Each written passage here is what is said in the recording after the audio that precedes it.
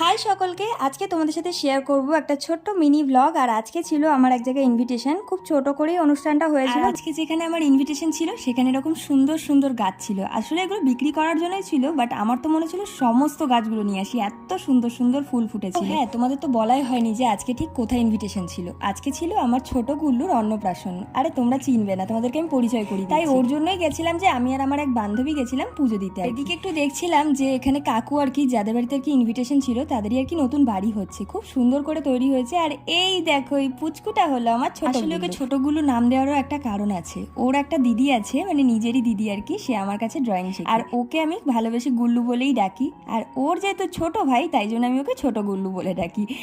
মিষ্টি না দেখতে, আসলে ওর অন্নপ্রাশন তো, তাই ওকে স্পেশাল ফিল করানোর জন্য একটু ফটোশুট হচ্ছিল আর কি। তারপরে আর কি স্নান করে ছোটগুলো একদম বর মশাই সেজে বসে পড়েছে খাওয়া দাওয়া করতে। তারপরে আমরাও খাওয়া দাওয়া করে নিলাম, আর এভাবেই গেল আজকের দিনটা।